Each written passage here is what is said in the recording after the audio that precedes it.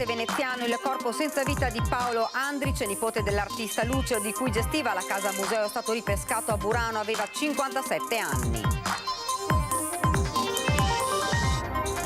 Preoccupano le condizioni di salute di Marco Zennaro, l'imprenditore veneziano da mesi detenuto in Sudan.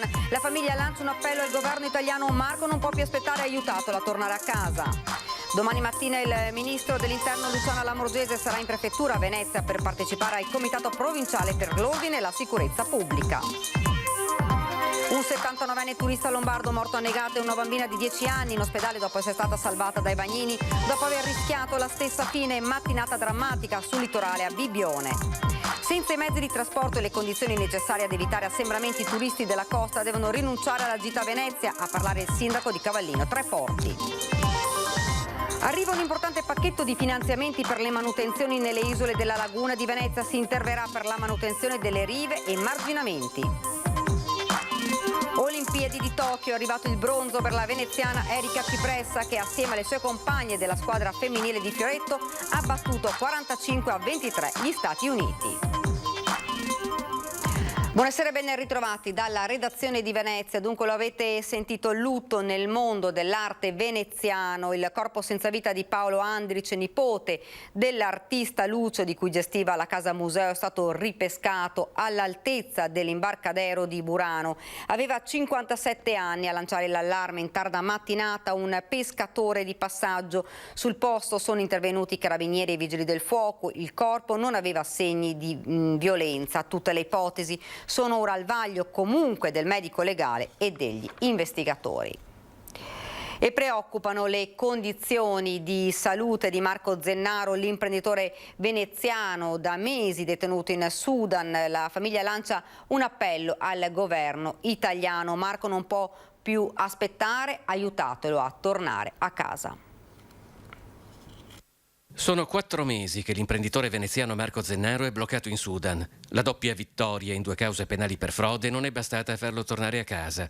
All'orizzonte ora c'è una causa civile dalla durata incerta, ma Marco e l'accorato appello dei familiari per bocca del fratello Alvise non può più resistere in queste condizioni. Non si può più aspettare a fare tanti discorsi, tante chiacchiere, tante parole, bisogna passare i fatti, perché sennò qua non c'è più tempo. Abbiamo bisogno che lo Stato italiano si faccia sentire con la controparte sudanese e che metta in chiaro che si vuole risolvere la questione in un modo o nell'altro, che Marco in questo momento qua ha delle problematiche anche dal punto di vista appunto di salute psicologica e che va risolto il prima possibile. Se aspettiamo ancora troppo tempo non c'è futuro per nessuno. Il calvario è affrontato in Africa da Marco Zennaro, racconta il fratello Alvise, ne sta minando lo stato di salute. È stato per 74 giorni in condizioni disumane, dal punto di vista fisico si è un po' ripreso, stando in albergo in una condizione migliore rispetto alla precedente.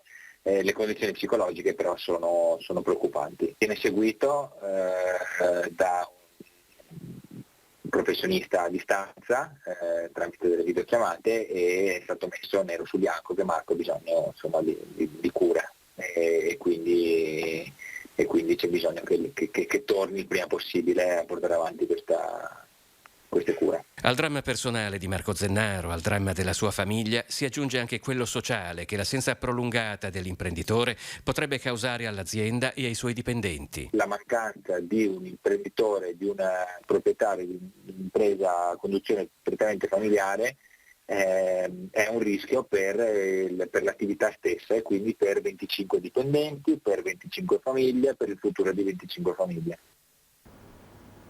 Domani mattina il ministro dell'Interno Luciana Lamorgese sarà in prefettura a Venezia per partecipare al Comitato Provinciale per l'Ordine e la Sicurezza Pubblica.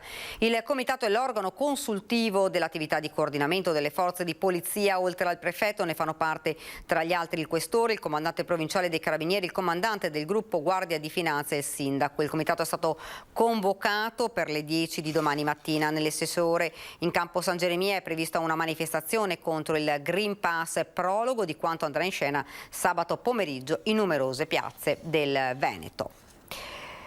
Ed ora la cronaca, un 79enne turista lombardo morto annegato ed una bambina di 10 anni tedesca trasportata in ospedale dopo essere stata salvata dai bagnini, dopo aver rischiato la stessa fine. Mattinata drammatica sul litorale a Bibbione, poco dopo mezzogiorno la tragedia che ha visto l'anziano di Carnaredo in provincia di Milano colto da malore sul litorale antistante piazzale Zenit. Soccorso sul bagnasciuga dal personale della Bibbione spiaggia, l'uomo è purtroppo deceduto. Contemporaneamente, a poche decine di metri, anche la bambina di 10 anni ha rischiato di annegare, caduta dalla ciambella mentre faceva il bagno con il fratello. I sanitari hanno avviato le pratiche di rianimazione e la piccola è stata poi trasportata in pediatria. Senza i mezzi di trasporto e le condizioni necessarie ad evitare assembramenti, i turisti della costa dovranno rinunciare alla gita a Venezia. A parlare il sindaco di Cavallino Treporti, che ha scritto ai gestori di campeggi e alberghi del suo comune. Se non ci sono i mezzi di trasporto, se non ci sono gli spazi adeguati, si deve rinunciare purtroppo alla visita a Venezia. Una richiesta scritta ai gestori di campeggi e alberghi di Cavallino Treporti perché, viste le circostanze, sconsigliassero ai propri ospiti di visitare Venezia. A far prendere carta e penna al sindaco Roberta Nesto è stato il caos che si stava generando martedì scorso, quando, come capita se piove sul litorale, migliaia di turisti che hanno perso la giornata in spiaggia tendono a riversarsi su Venezia. Martedì scorso è stato un vero grosso assembramento e quindi è dovuta intervenire la polizia locale. Abbiamo fatto un controllo e ovviamente i risultati sono stati quelli che alcuni flussi sono stati bloccati. Le ditte private stanno lavorando bene, ACTV sta facendo del proprio meglio, però noi siamo fortemente preoccupati per il contagio e per gli assembramenti, quindi non escludo nel futuro di dover ricorrere anche ad altri strumenti più incisivi. Il tema è di quelli che inevitabilmente fanno discutere. Non tutti a Venezia l'hanno presa bene, ma Roberta Nesto, che oltre che sindaco di Cavallino Treporti è anche presidente della conferenza dei sindaci del litorale veneto, non indietreggia di un passo. Se il fenomeno c'è sempre stato, le condizioni attuali cambiano di molto lo scenario. Se i trasporti non sono adeguati è un vero grosso problema, quindi i residenti devono essere tutelati. Se però non ci sono mezzi a sufficienza per tante difficoltà che possono esserci, è giusto e corretto gestire i flussi turistici a terra. Dobbiamo assolutamente tutelare la salute delle nostre persone, dei nostri residenti e dei nostri ospiti. Il delegato del sindaco alle isole, Alessandro Scarpa Marta, illustra un importante pacchetto di finanziamenti approvati per la manutenzione nelle isole della laguna di Venezia. Si interverrà per la manutenzione delle rive e marginamenti. È un importante pacchetto di interventi manutentivi nelle isole, quello che presenta il delegato del sindaco Alessandro Scarpa Marta. Dalle Vignole a Sant'Erasmo, passando per il Lido, Pellestrina, con la diga Sofolta, Murano e Burano. Complessivamente sono stati stanziati circa 10 milioni di euro. Sono stati stanziati dei fondi durante l'ultimo consiglio specifici per le manutenzioni delle rive delle isole della laguna, a partire da nord presso l'isola delle Vignole, di Sant'Erasmo e l'isola di Torcello ci sarà appunto il rifacimento delle rive. Inoltre altri fondi sono destinati all'isola di Venezia, precisamente di fronte all'isola degli Armeni, sulla riva di fronte, e infine fondi importanti per la manutenzione del muretto e le infiltrazioni dell'isola di Pellestrina. Il piano degli interventi in programma è davvero capillare. Sono stati stanziati 4 milioni di euro specifici per la diga Sofolta. Un'operazione, ricorda il delegato, importante anche per Venezia e il suo centro storico, nonché per gli abitanti delle isole, che potranno essere più sicuri. Si trova questa diga a circa 500 metri di distanza dalla spiaggia, una diga subacquea, dove inizieranno appunto i lavori importanti per quanto riguarda la nostra laguna di Venezia, la città di Venezia stessa. Ed ancora cronaca, brandendo una spranga si aggirava ieri sera per il centro di Treviso, 38enne veneziano bloccato dai carabinieri, decine di telefonate al 112 da parte dei cittadini allarmati. Ore 20:30, centrale operativa dei Carabinieri di Treviso. I telefoni cominciano a squillare ininterrottamente. È allarme per un uomo che, brandendo una spranga di ferro e minacciando i passanti, si aggira per il centro della città. Segnalazioni arrivano dalla pescheria, da via Manzoni e piazza Burchiellati. Subito si muovono le pattuglie che poco dopo intercettano l'uomo, un veneziano di 38 anni. Senza documenti pronuncia frasi sconnesse, in evidente stato di confusione. Si è disfatto della spranga ritrovata dai militari sopra una cassetta della posta di un condominio in via Manzoni. Nel corso della movimentata passeggiata in centro, l'uomo avrebbe anche danneggiato una vettura in sosta. Se arriverà la querela del proprietario, verrà denunciato anche per questo. Al momento l'accusa nei suoi confronti è porto abusivo di oggetto atto ad offendere. Bloccato dai carabinieri, il 38enne è stato poi trasportato al pronto soccorso per accertamenti sanitari. La municipalità del Lido e Pellestrina è al lavoro per risolvere il problema della mancanza di percorsi ciclabili a Pellestrina. A settembre la discussione in corso entrerà nella fase più operativa. Sentiamo. Il problema delle troppe biciclette di turisti che durante l'estate invadono Pellestrina, soprattutto nei weekend, non coglie di sorpresa la municipalità. Siamo al lavoro da mesi, assicura la delegata dell'esecutivo municipale nel Parlamentino Antonietta Busetto. Andare nella direzione di una priorità effettiva nei mezzi a CTV. I residenti non devono correre il pericolo di arrivare tardi al lavoro o di perdere un appuntamento. Purtroppo abbiamo l'unico modo per spostarci verso Venezia, verso Chiuso, comunque per raggiungere la terraferma, e dobbiamo assolutamente essere liberi senza vincoli e impedimenti. Si creano spesso lunghe file. Il numero chiuso per le prenotazioni delle escursioni in bicicletta potrebbe essere l'occasione per offrire all'escursionista anche un pacchetto di servizi collegati alla permanenza in isola. Un passo dove il turista prenota un servizio, prenota i ristoranti, prenota le escursioni e quindi si crea un turismo di qualità, ed è questo che deve puntare il territorio di Pellestrina. E c'è anche il progetto di una nuova pista ciclabile. Il dibattito, insomma, è più che mai aperto. Una pista ciclabile ex novo. Stiamo valutando con i tecnici la possibilità di fare appunto una valutazione di una pista tra il Murazzo e le dune, la Scarpata, sotto appunto, prima di raggiungere la spiaggia, corre quasi su tutta l'isola e può essere una buona soluzione. Ed ora parliamo delle Olimpiadi di Tokyo. È arrivato un magnifico bronzo per la veneziana Erika Cipressa, che assieme alle sue compagne della squadra femminile di fioretto ha battuto 45-23 gli Stati Uniti. Per la 25enne fiorettista in forza alle Fiamme Oro, che si allena alla Scherma a Mogliano, si tratta del coronamento di un sogno. Messa in guardia dal papà Andrea, già oro olimpico a squadra a Los Angeles nel 1984 e ora commissario tecnico del Fioretto Azzurro, Erika ha svolto il suo percorso di crescita all'interno della sala trevigiana con la maestra Federica Berton, che dopo Beppe Vio a Rio porta così un'altra atleta ai Giochi Olimpici. Il villaggio dei Murales è stato già ribattezzato così, il villaggio San Marco a Mestre, nel progetto dell'ex assessore all'urbanistica di Venezia Gianfranco Vecchiato.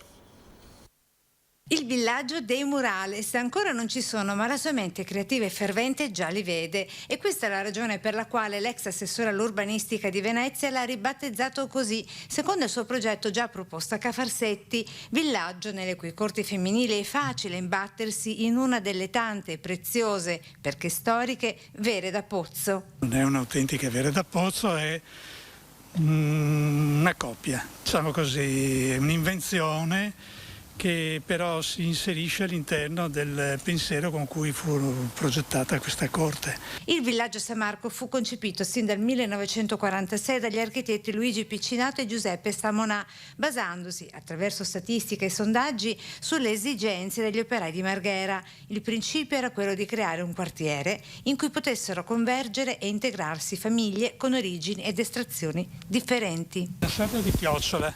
Ecco, architetto, mi spiega l'utilizzo di queste formelle, quando venivano posizionate? Ci sono tante cose curiose da conoscere in merito proprio alla storia di queste formelle. Allora, le formelle furono concepite insieme al progetto generale del piano Fanfani come un ulteriore elemento, diciamo, di novità. Veniva posizionata la formella sul fabbricato, si poteva fare il collaudo. Le cosiddette corti riprendono gli aspetti della Venezia minore studiati appunto da Egle e Renata Trincanato. Erano costituiti da case a 2 piani disposte a schiera attorno a un edificio centrale a 4 piani. E che consentì di ospitare molti dei veneziani che erano di provenienza dei sestieri di Castello, di Dorsoduro, da altre zone di Venezia, che furono portati qui in terraferma. Molti di questi lavoravano poi a Marghera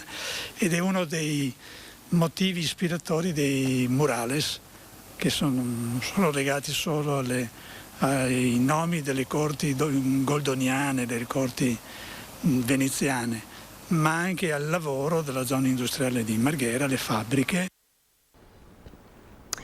Sul Mose abbiamo dato la nostra disponibilità a fare un discorso serio, cioè a rivedere lo stato dell'arte, a vedere di intervenire a ragion veduta. Lo ha affermato l'amministratore delegato di Fincantieri Giuseppe Bono a margine della presentazione di Holland Rotterdam a Marghera. Per ora, ha precisato Bono, si parla solo di manutenzione, però a mio avviso c'è revisione e manutenzione. Non dovesse funzionare qualcosa, la colpa è di chi fa manutenzione. A mio avviso credo che questo concetto sta passando. Venezia va tutelata ed è un obbligo per tutto il mondo, ha poi concluso. E continuiamo, presentato a Roma il programma delle giornate degli autori, rassegna indipendente alla Mostra Internazionale d'Arte Cinematografica di Venezia che si sta svolgendo al Lido dal 1 all'11 settembre con una preapertura il 31 di agosto. 10 film in concorso tra i lungometraggi e 6 eventi speciali. Eccola la 18ª edizione delle Giornate degli Autori alla 78ª Mostra Internazionale d'Arte Cinematografica di Venezia. La rassegna, coordinata dal delegato generale Giorgio Rosetti con la direzione artistica di Gaia Führer sotto la guida del presidente della sezione Andrea Purgatori, ha da sempre un elevato successo e un grande seguito all'interno della Mostra di Venezia. Un'edizione, quella del 2021, che segna il numero 18 e quindi l'ingresso nella maggiore età, perciò ancora più carica di aspettative. Programma messo insieme anche da me come delegato generale per tutta una serie di attività, di incontri, di dialoghi, di confronti e di scontri che circonderanno la vera e propria vetrina dei 10 film in concorso, degli eventi speciali e delle notti veneziane. Una vetrina dedicata al cinema indipendente, quest'anno molto ricca. È un programma che in qualche modo traborda, non c'è dubbio, ci sono tante cose, tanti appuntamenti, tante osservazioni curiose anche sul cinema italiano, in particolare nelle notti veneziane su quella che è una fotografia del cinema italiano indipendente di adesso. Appuntamento al Lido con la preapertura del 31 agosto fino all'11 settembre. Tante sorprese sono in serbo per gli appassionati di cinema. Il programma intero della mostra, lo dico da osservatore appassionato, è particolarmente spettacolare quest'anno, sarà una grande mostra. Il Venezia Football Club ha presentato la maglia con la quale la squadra disputerà il prossimo campionato di Serie A. La maglietta ha una trama che ricorda le superfici delle facciate degli antichi palazzi veneziani, in particolare le stelle odorate della Basilica di San Marco disposte a V con la scritta Venezia posizionata sul petto a celebrare la città. I colori tradizionali verde ed arancione emergono su una bandiera al centro del petto, sul colletto e sulle maniche. E questa era la nostra ultima notizia per il nostro telegiornale di Venezia. Fra qualche minuto vi ricordo la nostra edizione trevigiana dei telegiornali. Io vi lascio quindi le nostre previsioni del tempo. Grazie davvero per averci seguito e buona serata.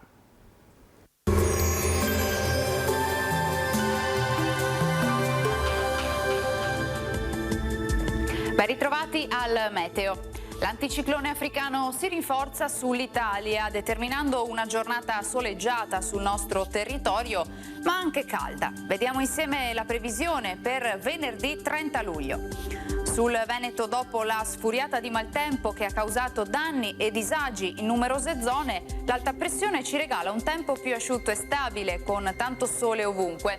Al pomeriggio sarà possibile soltanto qualche veloce acquazzone sui rilievi. Temperature stazionarie o in lieve aumento, minime tra 18 e 23 gradi, valori massimi compresi invece tra i 29 e i 34 gradi all'incirca. Ci spostiamo ora sul Friuli Venezia Giulia, dove lo scenario sarà lo stesso. Bel tempo anche qui, con ampio soleggiamento un po' su tutti i settori, isolati rovesci entro sera sui monti. Temperature minime tra 20 e 25 gradi, massime sui 30-33 gradi. Infine diamo uno sguardo alla situazione del Trentino Alto Adige. Anche qui sarà soleggiato dappertutto, con qualche temporale pomeridiano un po' a carattere sparso. Temperature minime intorno ai 17-19 gradi, massime infine sui 32 gradi all'incirca. Dal meteo di Antena 3 per ora è tutto, grazie per l'attenzione e arrivederci al prossimo aggiornamento.